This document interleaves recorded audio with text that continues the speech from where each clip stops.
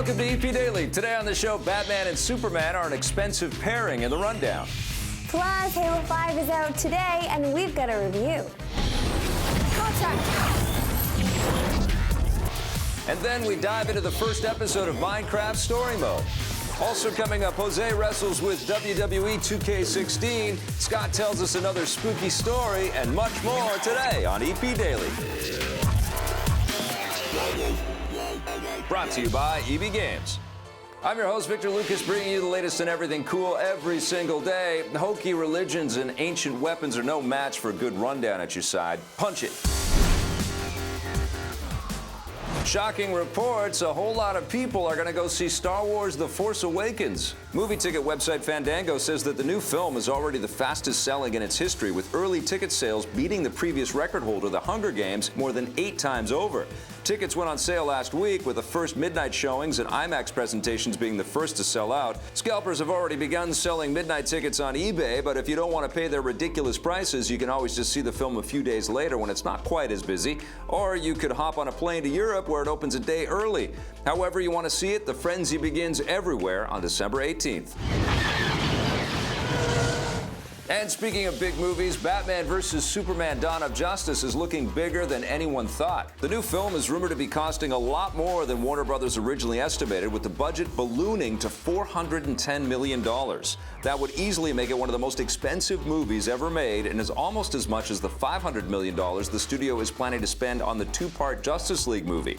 Despite the high cost, Batman vs. Superman will almost certainly make its money back. Man of Steel earned $700 million worldwide, while The Dark Knight brought in more than $1 billion.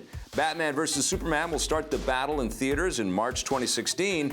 Not to be outdone, DC's arch nemesis Marvel is planning to spend $1 billion on the 2-part Avengers: Infinity War. Well, this is the tentpole edition of the Rundown today. Marissa Roberto is here to talk about that. Let's talk about these budgets. Holy crap, $400 million on Batman vs. Superman, $1 billion on the 2-part Avengers movie? Yeah, first of all, I think it's very tacky to talk about money. Well, that's I don't what like Hollywood how they're telling does. us how much money they're spending. Yes. I'm just kidding. I like to know because I want to know what I'm paying for when I sit down. Right. And then if it's terrible, like they spent that much money on this, I'll have something else to complain about. I don't know, like I'm not sure where it's gonna go. I think it's crazy. This much money blows my mind. Yeah. But it better be good. It has to be good. It sounds like they got a taste of Affleck in the suit, and they really liked his Batman, and they spent a whole bunch more on Batman. There's going to be more Batman in this movie than Superman, because they're introducing a new one. Well, sure. I'd rather have more Batman than Superman anyway. Yeah. That's just the way my superhero story goes. I'd be curious to kind of see what the total budget on all the Star Wars movies is going to be, but they're making it back, it feels like, on the first weekend. They've sold all the tickets already. No, that's just bully for them. Good for them. I mean, I think this is crazy. I also get a little bit upset when I see people selling these tickets for a ridiculous amount of money. Yeah. Of course it's going to happen anyway. We expected it to happen. It just drives me nuts because there's so many Star Wars fans that don't have that kind of dough that would love to be first in line, and then they're going to spend all their savings on this one night. I think it's wonderful that there is this one night, though, and I feel like we need, as a culture and as a society, more things that bring us together like that, because a lot of we're so splintered with our tastes and choices and available sort of content out there these days. So now the whole world is moving in one direction towards Star Wars. Yeah, of course, I like that too, but it should be like a contest kind of thing where like they give it to the best fans in the world and they get to see the movie first. Oh, wow. Right? Who would choose that? That's a good idea. We would. All right, we would pick that. Okay. All right, well, let's talk about another huge phenomenon. I'm talking about Jose Sanchez. He's got a look at WWE 2K16. We are talking about a brand new 2K game for WWE. This is WWE 2K16. You guys are making big strides with this game. Tell us about what's new with this year's iteration. Oh man, there's a lot new. I mean, first it starts with the roster. I think that's the most resounding thing that we hear from the fans every single year is, give us more, give us more, give us more. We listened, and this is by far the biggest roster that you're ever going to get with a WWE game. So I think it's a roster. I think it's also the next step in the career mode. I mean, you're going to be able to get to the Hall of Fame. You're going to get to be able to tag team partner with people that you've created alliances with. And, you know, we brought back a bunch of creation features as well. So just all around big step up in every direction. Dean Ambrose, WWE 2K16. It's a big year for WWE and 2K. What is it like being in a game with the Terminator? It's a humbling experience for the Terminator because, you know, he's been in a lot of video games, but I'm sure he's probably most excited to be in WWE 2K16. One of the greatest combat games, one of the greatest sports games, and for him to be able to fight against like a national treasure like me, to have this fantasy played out, you know, for him, it's got to be a big deal. I need your clothes, your boots, and your motorcycle. It is very cool to be a part of this game.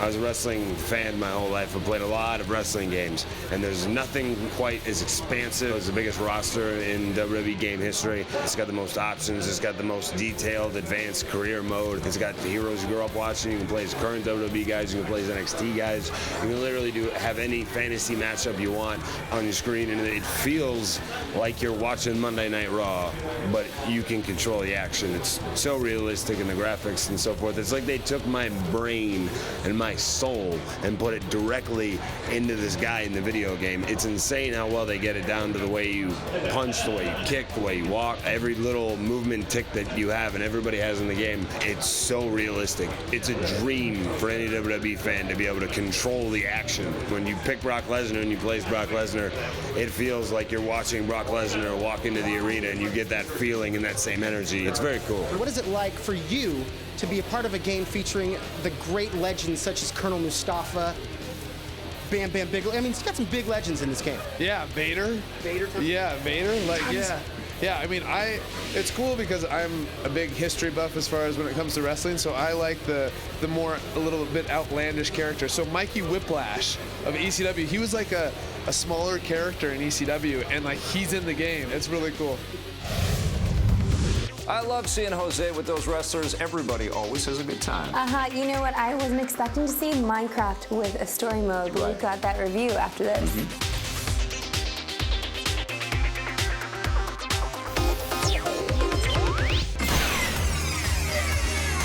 How long have you had these droids? About 3 or 4 seasons. They're up for sale if you want them. Hi, I'm Drew McGee with Stoic Studio. We're working on the Banner Saga 2, and my first memory of Star Wars would probably be, these are not the droids that you're looking for. It stuck out to me as just a very powerful and subtle movement that was obviously strong and influential, and something I wish I could do to others. These aren't the droids you're looking for.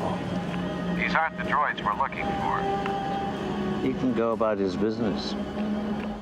Yes, locking down those Star Wars memories. Another one in the books. Let's go now to a review of Minecraft Story Mode. This should be an interesting one.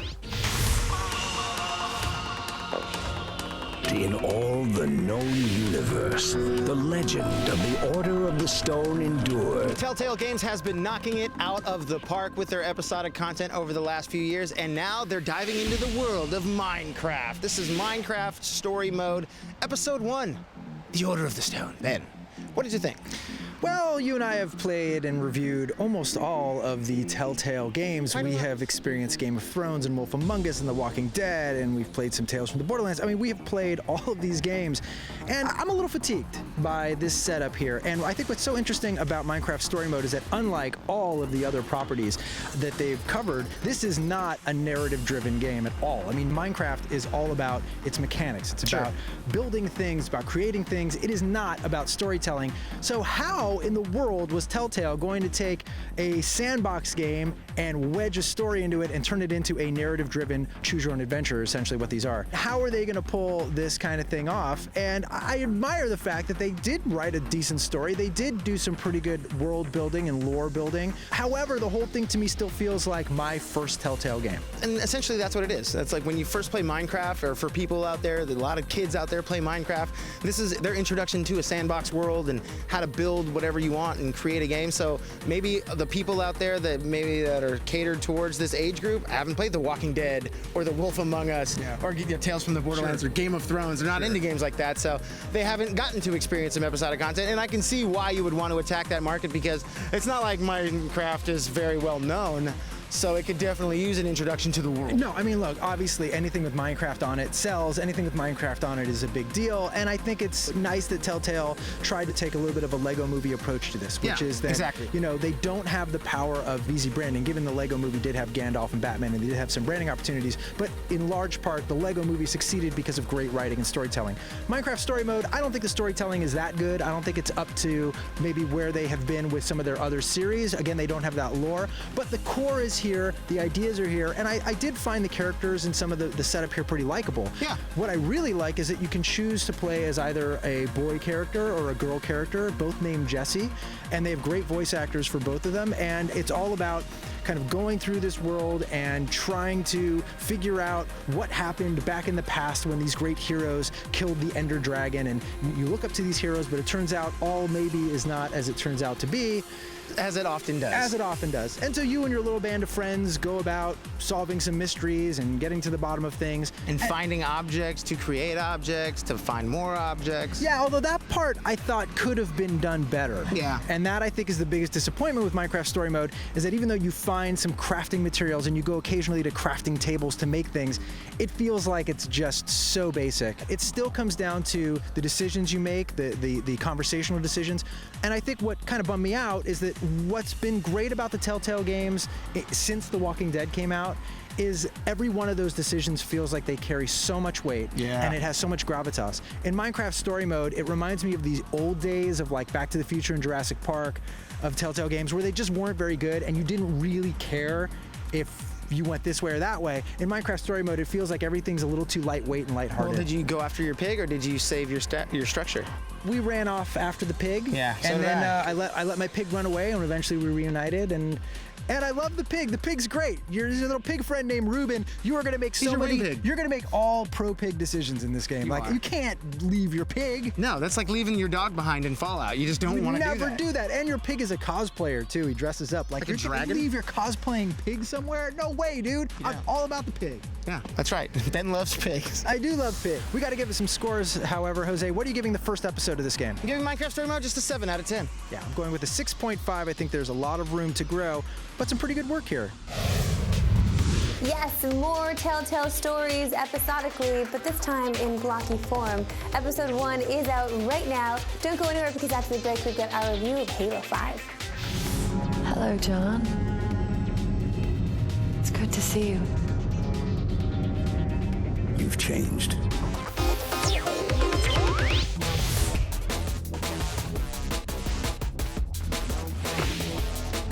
This blows my mind that Splinter Cell Blacklist is a buried treasure, but it's true, it didn't sell as much as the game deserved and certainly what Ubisoft hoped for. This was Ubisoft Toronto's first title, and man, was it polished. This is tons of fun. It's a very fast and fluid stealth action title. It's probably the quickest and easiest game to play in the Splinter Cell franchise. Really, really fantastic mechanics, unbelievable production value. They've got a new Sam Fisher here. This is Eric Johnson in the role. It's not good old Michael Ironside. And I think there was a bit of a fan backlash that there was a voice actor change in there, but he does a damn good job, and he's very convincing as our new action hero. Lots of great supporting characters, an excellent cameo from our good friend Elias Tefexis in here. There's tons of fun in this, and you get the Spies vs. Merc multiplayer. This is just incredibly polished, and I really hope that even though this game wasn't the big financial success that everybody was hoping for over at Ubisoft, that Ubisoft Toronto gets another kick at this because they nailed it with Blacklist, and if you haven't played it, you should. That's actually a really good buried treasure there. Good one. Now is the moment we've all been waiting for. Everybody gets a new car. I'm just kidding. It's our review of Halo 5.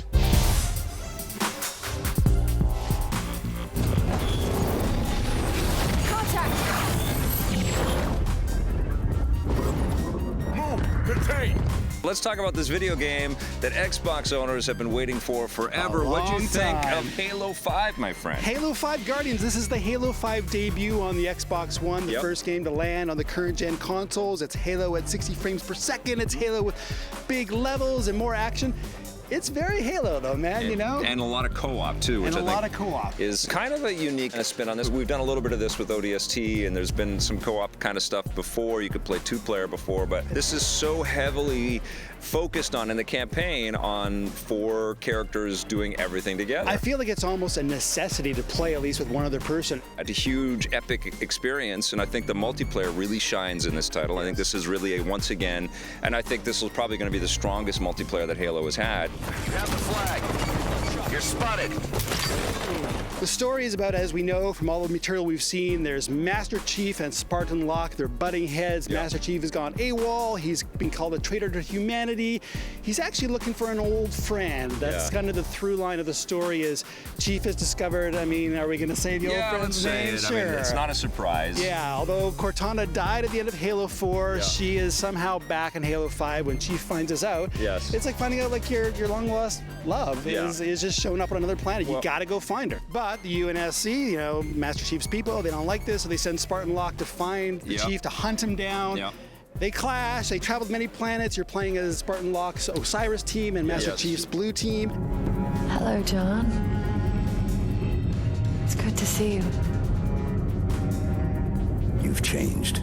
Master Chief is what we connect with. There was so much effort at the beginning of this franchise to sort of build him up as an interesting character. I've never liked him as a character. Well, he's kind of stone-faced and he's a blank slate pretty much because we never get to see his face. I've never agreed with that approach. But I find when we're playing as Master Chief in a solo kind of zone, it's a more compelling, more interesting thing. You're in that character's kind of headspace. You are the super soldier. You should be the one guy who can like save the universe. Stand down, Cortana.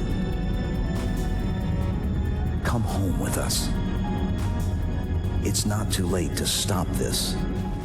There's lots of these super clean, super glossy, empty worlds that you're running through with repeating kind of patterns, which is a Halo trait. That is a Halo trait, but there are traits that they're coming back to that I think they should just reject now, you know? Like that. I like the fact that you have to go and press 3 buttons. You have to activate the Cortex and disable the shield. Find the control panel. It must be here somewhere.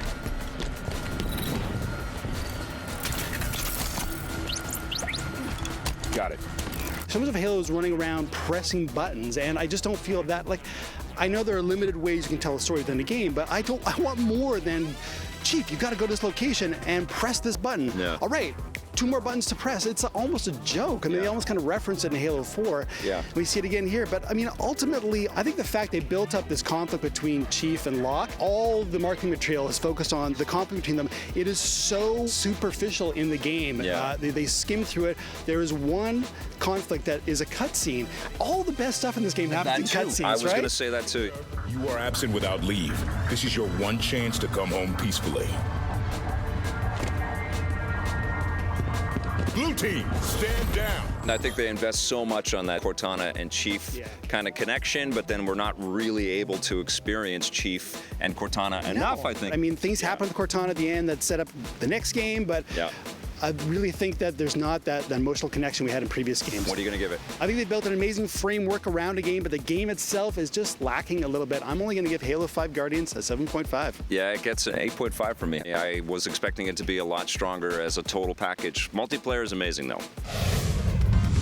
If you weren't paying attention earlier, Halo 5 is out today, but I'm guessing you already knew that. Don't go anywhere because after the break, Scott's got another spooky, scary story. If you want more EP, go to our website, epn.tv, for bonus content and full episodes. We're also on Facebook and Twitter.